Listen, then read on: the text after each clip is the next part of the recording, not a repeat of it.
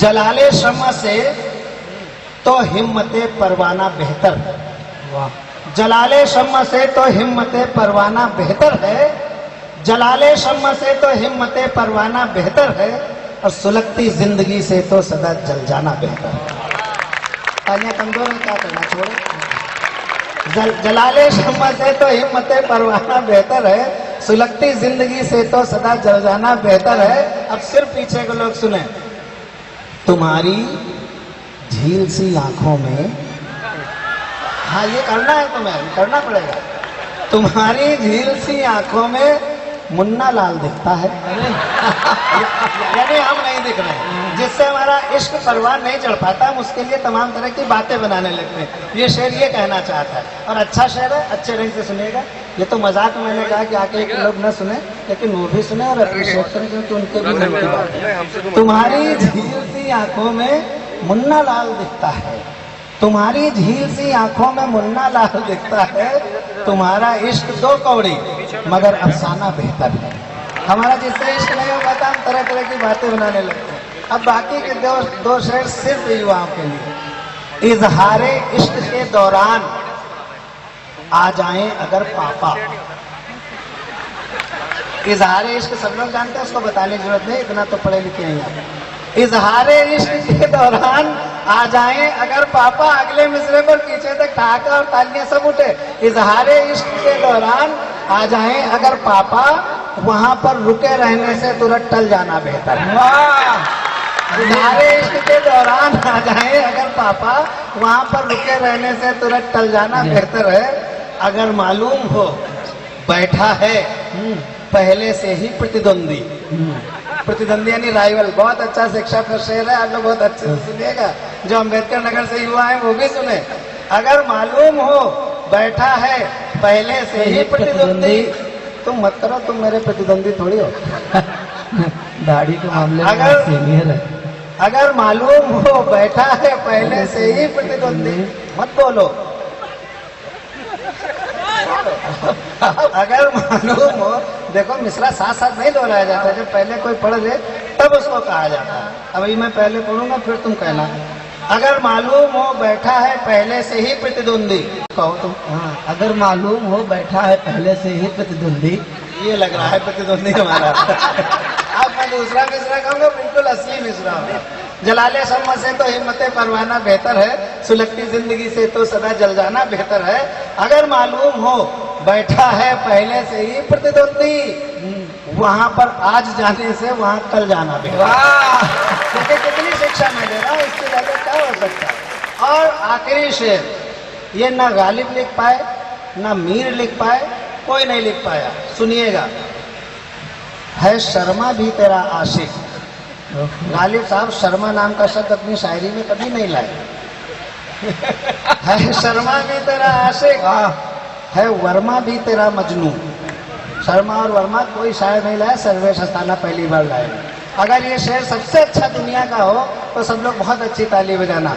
है शर्मा भी तेरा आशिक, है वर्मा भी तेरा मजनू, मगर इन दोनों लोगों से मुआ स्थाना बेहतर। वाह। मगर इन दोनों लोगों से मुआ स्थाना बेहतर। पानी भी आ गया है और भी आएगा सब। मैं अब एक व्यंग्य की कविता और असली कविता अपनी, जो जिस कविता ने वास्तव में मुझे बहुत पहचान दिलाई, डॉक्टर अशोक चक्रधर जी ने उसी कविता को सुनकर मुझे वाह वाह नाम के कार्यक्रम में बुलाया था, जो उन्होंने सन 2004 में शुरू किया था। उसके बाद वो तमाम यात्राएं करता हुआ बंद हो गया। वो कविताएं सत्य घटना पर आधारित है। मैंने आज तक कुछ भी ऐसी कविता नहीं लिखी जिसमें सत्य कहीं पर ना हो। 12-14 साल नहीं, बिल्कुल सच बात है, भगवान का सच, झूठ नहीं है। 12-14 साल पुरानी बात है, मैं क्लीन शेव रहा करता था, बिल्कुल ब्यूटीफुल टाइप का हैंडसम था। आज मैं हैंडसम तो आज भी हूँ, लेकिन तब ब्यूटीफुल टाइप का हैंडसम था। अब हम 10 भाई बहन हैं। 9 की शादी हो चुकी थी। हमारे पिताजी की समस्या ये थी कि मेरी शादी नहीं तय हो पा रही थी। कोई ससुर आता ही नहीं था। कोई ससुर नहीं आता। सही बात है, भगवान कसम सच है, कोई ससुर नहीं आता था। अच्छा, मैं लड़की भी नहीं था कि किसी के साथ भाग ही जाता। हमको कौन भगाता, जहां माता पिता बांधते वहीं बंधना पड़ता। मैं क्लीन से एक दिन एक आया, और हमको देखा चल दिया वापस। बिल्कुल सच्ची घटना है, 14-15 साल पहले हमको देखा चल दिया। पिताजी ने कहा भाई साहब क्यों जा रहे हैं? वेदिता सुनिएगा, पिताजी ने पूछा क्यों जा रहे हैं? बोला इससे कौन शादी करेगा, ये तो बच्चा है। मुझे बहुत गुस्सा आया, मैंने पूरी दाढ़ी रख ली। दूसरा आया, वो भी चल दिया। पिताजी ने कहा आप क्यों जा रहे हैं? बोले इससे कौन शादी करेगा, ये तो गुंडा। तब मैंने मध्य मार्ग अपनाया। इस पर ताली बजा सकते थे आप मध्य मार्ग पे। तब मैंने मध्य मार्ग अपनाया, लेकिन फिर भी कोई प्रपोजल नहीं आया। एक दिन लखनऊ में कवि सम्मेलन था, डॉक्टर अशोक चक्रधर जी आए हुए थे। पंकज प्रसून उनको एयरपोर्ट से रिसीव करके मेरे घर लाए। दोपहर का खाना होना था। मेरे पिताजी मुंह लटकाए बैठे हुए। अच्छा, अशोक भाई साहब को कुछ पता नहीं था कि हमारे पिताजी क्यों दुखी हैं, तो उन्होंने पूछा चाचा जी आप क्यों दुखी हैं? पिताजी ने, बिल्कुल सच्ची घटना है, आप हमसे जुड़े रहिएगा। पिताजी ने पूछा, पिताजी ने कहा कि क्या बताए सर्वेश की भी शादी हो जाती तो हम गंगा नहा लेते। अच्छा, हमारे यहाँ उत्तर भारत में कोई अच्छा या बुरा काम जब कंप्लीट हो जाता है तो गंगा नहाई जाती है। मैं ये नहीं समझ पा रहा था कि पिताजी मेरी शादी को अच्छा काम समझ रहे हैं कि बुरा काम समझ रहे हैं। तो अशोक भाई साहब ने कहा कि ऐसा करो भाई साहब की चाचा जी की सर्वेश का एक मैट्रिमोनियल विज्ञापन निकलवा दो, हो सकता है कोई पार्टी फंस जाए। तो मेरा मैट्रिमोनियल विज्ञापन निकलवाया गया। उसमें मेरी उम्र 28 साल छपनी चाहिए थी, लेकिन वो गलती से 82 साल छप गई। 28 कन्वर्टेड इंटू 82। अब हम निश्चिंत हो गए। हमने कहा अब तो मेरी शादी हो ही नहीं पाएगी, कोई प्रपोजल नहीं आएगा, मुझको जीवन भर कुंवारा रहना पड़ेगा।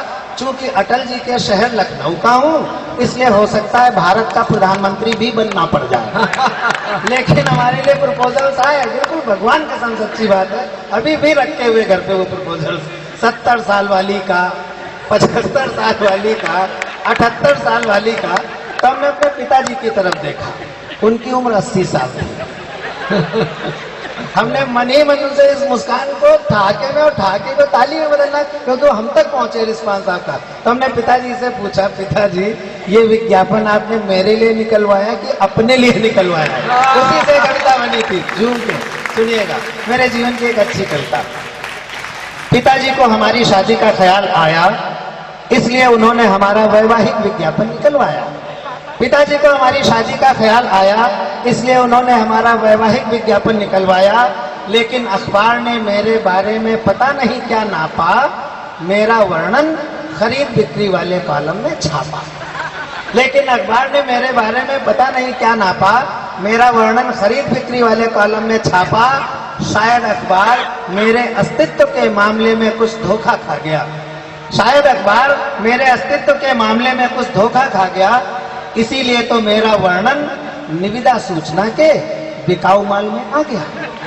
निविदा सूचना को हिंदी में टेंडर नोटिस कहा जाता है। अब आप इस पर नहीं समझे, क्योंकि टेंडर नोटिस जल्दी समझ में आता है, जो शब्द जल्दी समझ में आए वो हिंदी। मैं हिंदी वालों से कहता हूं कि दूसरी भाषाओं के शब्दों को अपने भीतर लीजिए, तभी हिंदी बड़ी और विश्व भाषा बन पाएगी। अंग्रेजी ने यही किया, उसने तमाम भाषाओं के शब्द लिए। हमारा डकैत लिया उन्होंने, एज इट इज लिया है। डकैत हमारे यहाँ होते हैं, अंग्रेजी में थोड़ी होते थे, लेकिन उन्होंने एज इट इज लिया। हमारा जंगल एज इट इज उन्होंने लिया। हमारा जो वैन था, हमारा जो वाहन था, उसको उन्होंने वैन बना करके अपने यहाँ ले लिया। हमारा जो पथ था, उसको उन्होंने PATH पाथ करके अपने में ले लिया। और अंग्रेजी रिच होती चली जा रही, रिच होती चली जा रही। हिंदी वालों को भी इस तरह के काम करने पड़ेंगे। इस बात पर ताली बजाएंगे, फिर आगे सोचते हैं क्या होगा। तो पिताजी को हमारी शादी का ख्याल आया, इसलिए उन्होंने हमारा वैवाहिक विज्ञापन निकलवाया। लेकिन अखबार ने मेरे बारे में पता नहीं क्या नापा, मेरा वर्णन खरीद बिक्री वाले कॉलम में छापा। शायद अखबार मेरे अस्तित्व के मामले में कुछ धोखा खा गया, इसीलिए तो मेरा वर्णन निविदा सूचना के बिकाऊ माल में आ गया। अब मुझे खरीदने के लिए टेंडर्स आने लगे, अब मुझे खरीदने के लिए टेंडर्स आने लगे, अपने अपने जोर आजमाने लगे। अब मुझे खरीदने के लिए टेंडर्स आने लगे, अपने अपने जोर आजमाने लगे।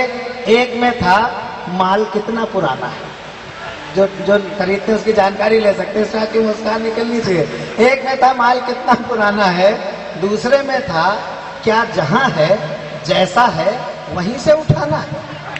एक में था, और आगे थोड़ा और बढ़िएगा, एक में था माल कितना पुराना है, दूसरे में था क्या जहां है जैसा है वहीं से उठाना है, तीसरा पूछ रहा था मशीनरी की क्या कंडीशन है।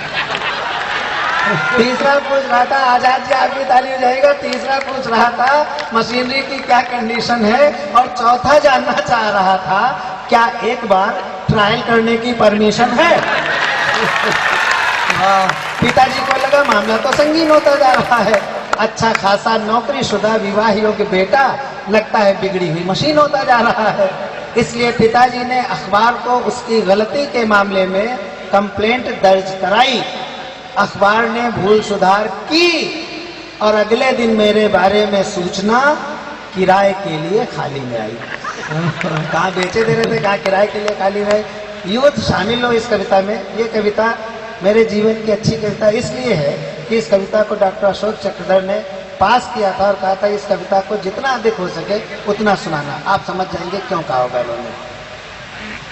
एक में था माल कितना पुराना। चौथा पूछ रहा था क्या ट्रायल करने की परमिशन है। पिताजी को लगा मामला तो संगीन होता जा रहा है, अच्छा खासा नौकरीशुदा विवाह योग्य बेटा, लगता है बिगड़ी हुई मशीन होता जा रहा है। इसलिए पिताजी ने अखबार को उसकी गलती के मामले में कंप्लेंट दर्ज कराई। अखबार ने भूल सुधार की और अगले दिन मेरे बारे में सूचना किराए के लिए खाली में आई। कई किराएदार आए, कुछ तो साथ में एडवांस तक लाए। वाह, अब जुड़ना, अब ये पढ़े लिखे लोगों की महफिल है और असली कविता अब शुरू होती है। कई किराएदार आए, कुछ तो साथ में एडवांस तक लाए।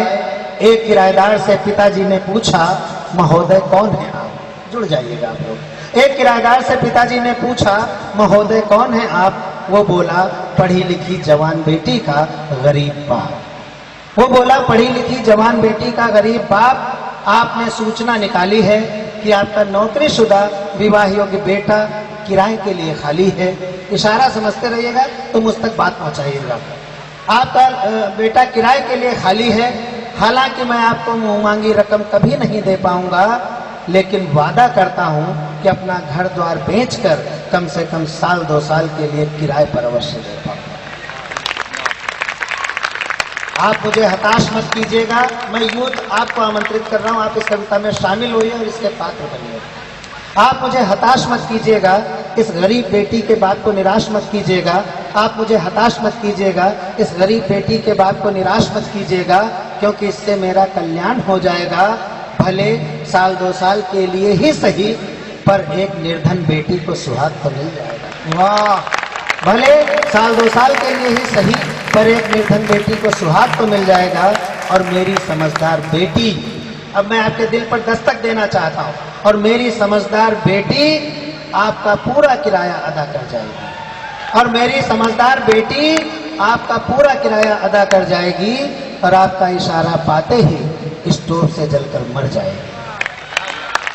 पूरा किराया अदा कर जाएगी और आपका इशारा पाते ही स्टोव से जलकर मर जाएगी। तब आप किराया बढ़ा दीजिएगा, अपने बेटे को दूसरी जगह उठा दीजिएगा।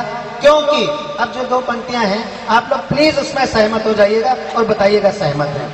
क्योंकि दहेज के मौसम में आजकल ऐसे भी दिन आने लगे हैं कि माँ बाप अपने विवाह योग्य बेटों को किराए पर उठाने लगे। क्या बात है, वाह।